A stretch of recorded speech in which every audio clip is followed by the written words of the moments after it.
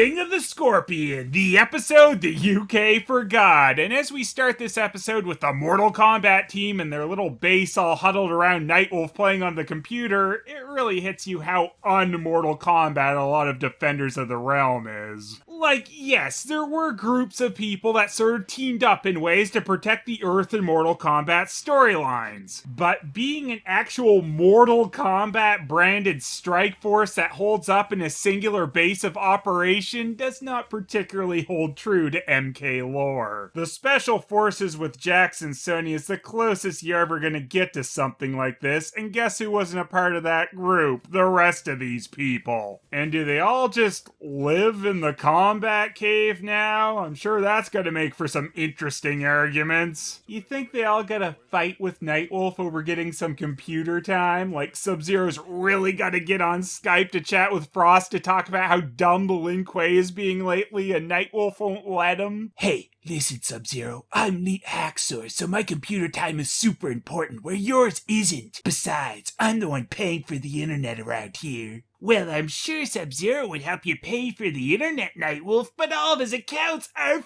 frozen! Sorry. I'm beginning to think you aren't really sorry for all these ice jokes, Liu Kang. Anyway, Nightwolf is playing his favorite game, Where in the World is the Portal from Outworld opening? Mountains.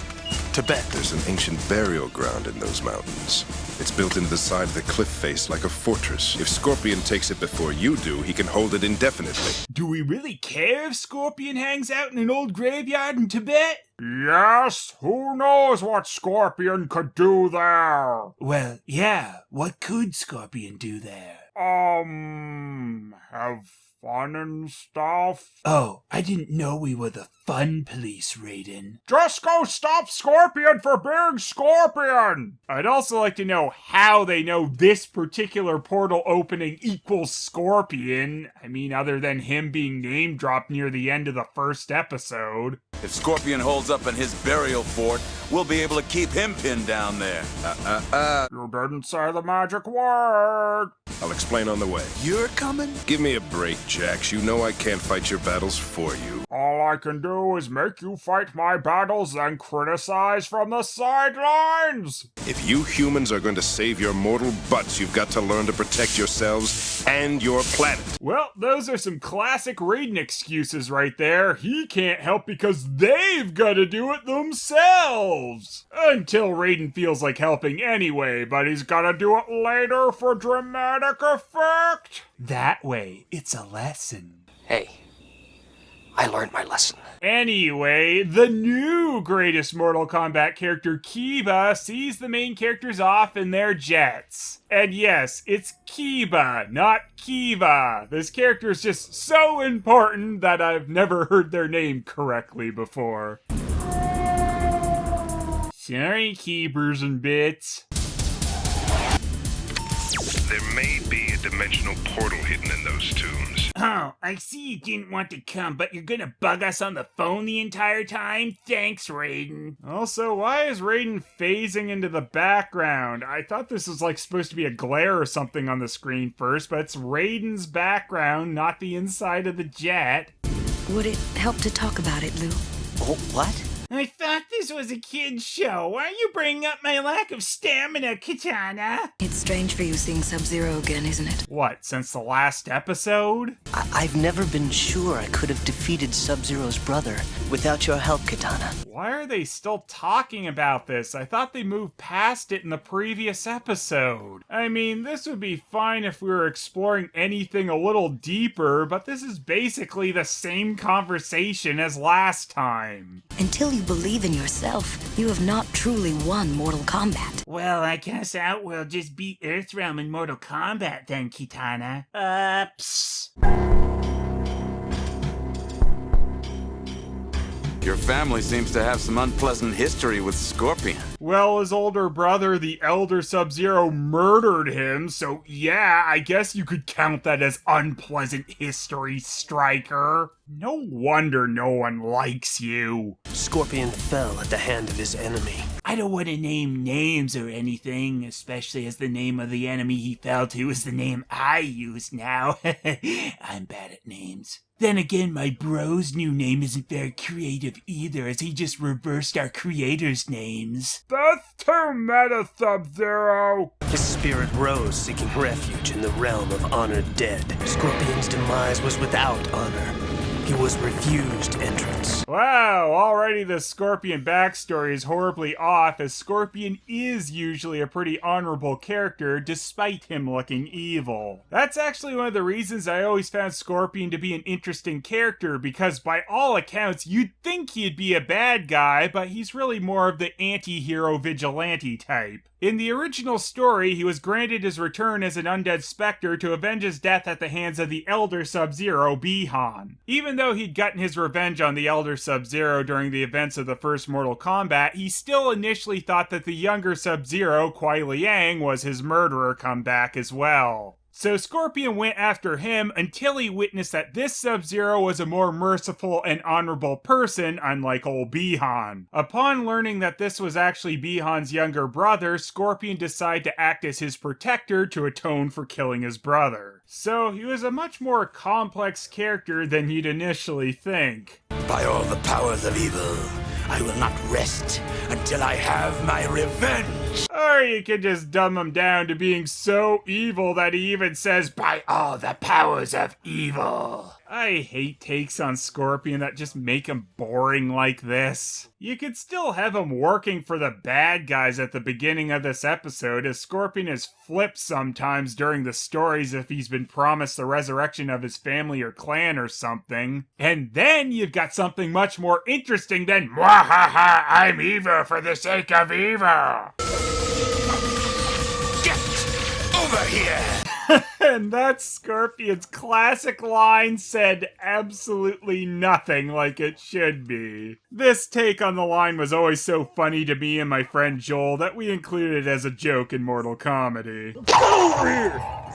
Get over here! Sounds like you have a vendetta going. Nothing gets past Stryker! Scorpion! Dead ahead! Scorpion has little scorpion-themed jets? Oh. I guess Shao Kahn gave him the cash to fund this nonsense, as it seems to be his guards on loan piloting them. Watch it, girl! You're doing some serious tailgating. Don't be such a wuss! So Sonya's hard-edge, reckless driving leads her and Jax to crash right into a rock formation that looks suspiciously like a pile of crap. Very appropriate. Girl, you're a real pain in the...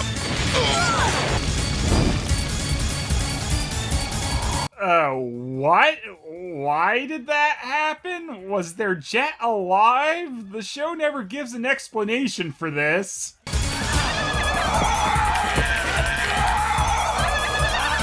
These skeleton guards must have been watching too much Xena. I don't believe it. They are skeletons.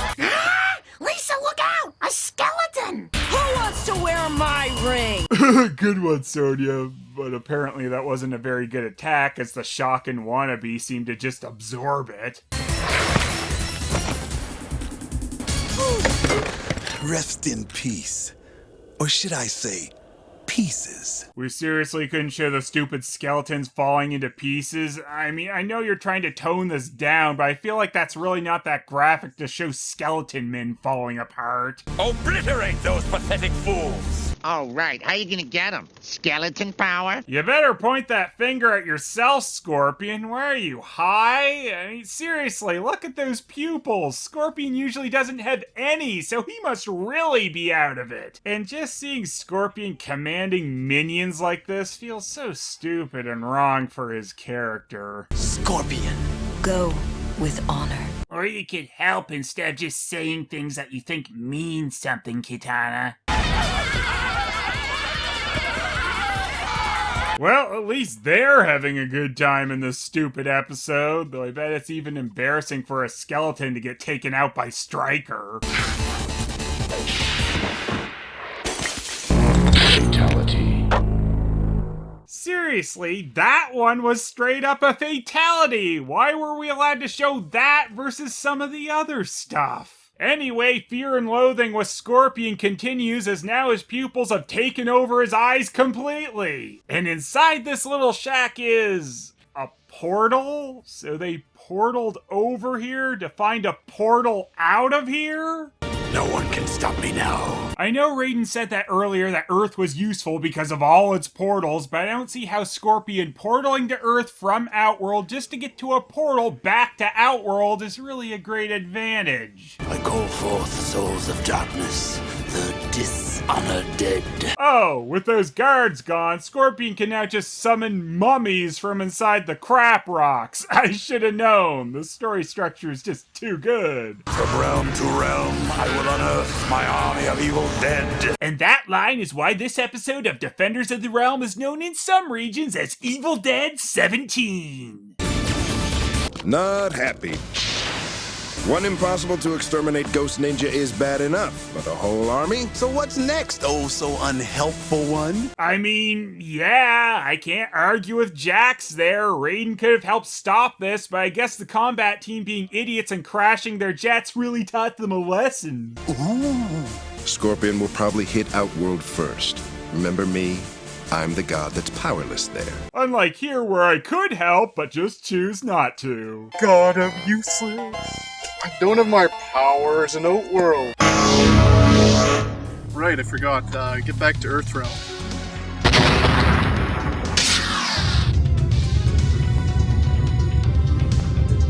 That doesn't count as powers. Hurry up and get back to Earthrealm! Ah! Man, I love powers.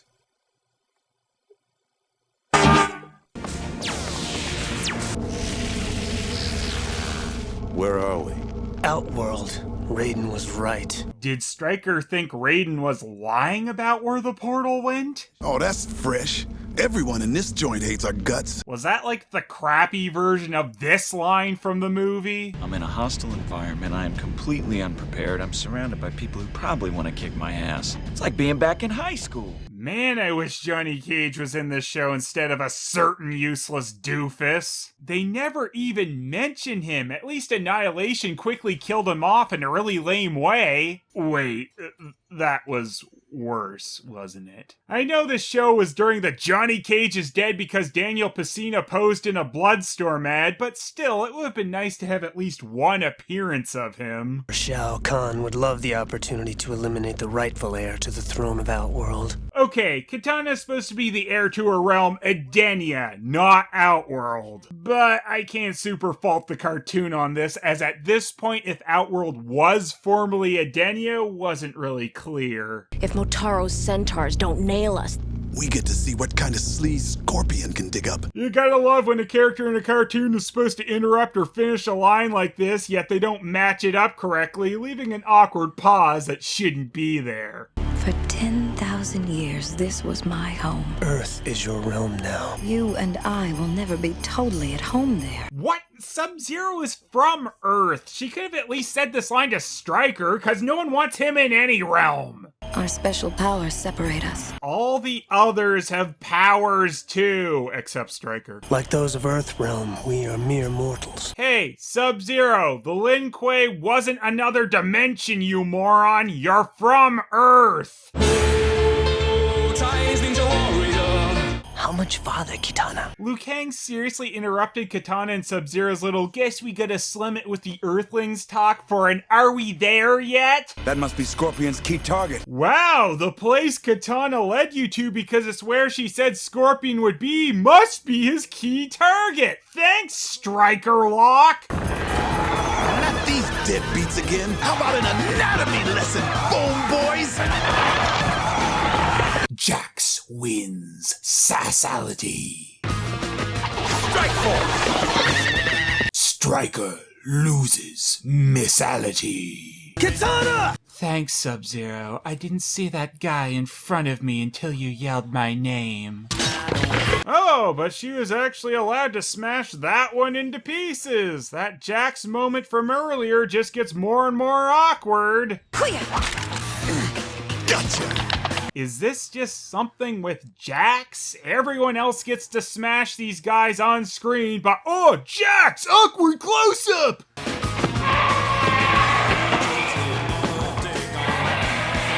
The music, the T-Rex thing, what am I even watching? Did Scorpion hire that? Well, it doesn't matter, because it's a good 2-second dilemma. Scorpion. Katana! Sub-Zero's going after Scorpion. He may need help. Stay focused. What? I know they love giving Katana the faux deep dialogue in this show, but what was that? Focused on what? And who is she possibly saying to stay focused to there? Herself? The skeleton guy she just kicked? Maybe she thought Sub-Zero would hear since he likes talking in a whispery voice all the time in this series. Scorpion! You're going to pay for what you've done to my clan. Though I'm not currently on good terms with my clan either, considering they've been turning people into cyborgs, so I guess I'm gonna make myself pay too. Ah, the Ice Ninja cometh. But you cannot keep me from my prize. The evilest of all the dead, Shang Tsung. Alright, at least reviving Shang Tsung is a kind of interesting plot, even though we're only mentioning it towards the end of the episode, and we're at least gonna get a classic Sub-Zero versus Scorpion match.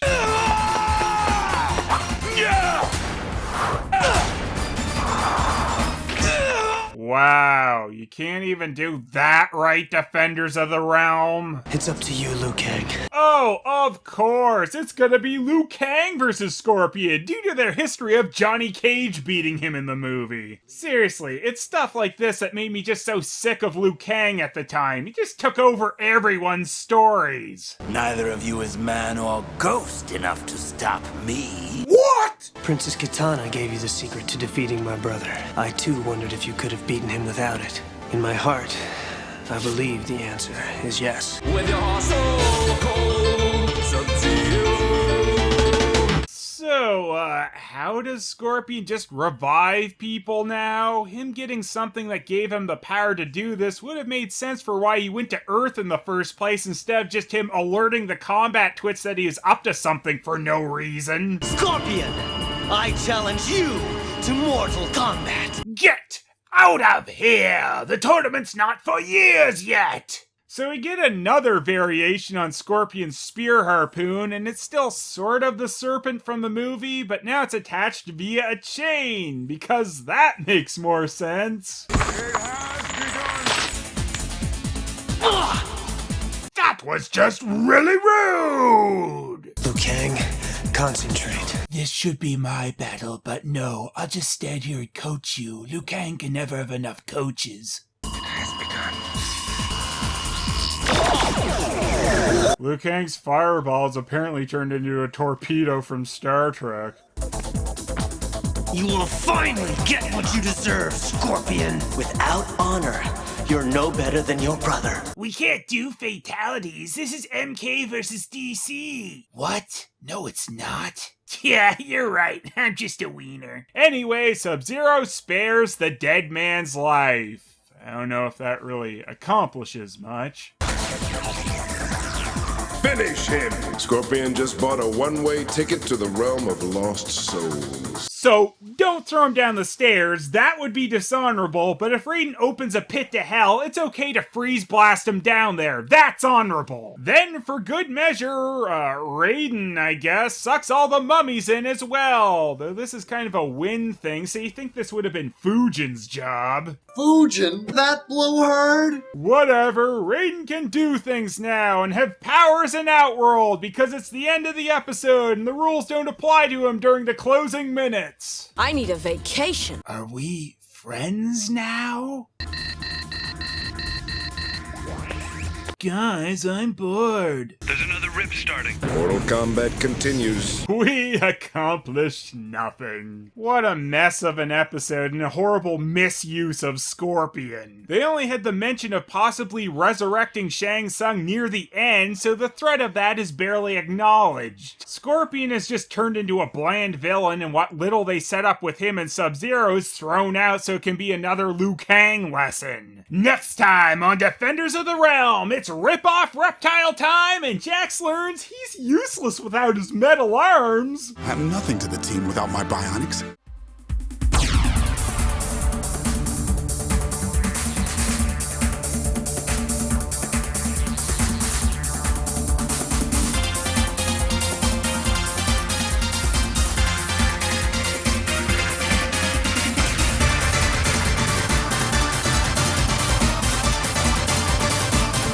Powers of evil. Get over here!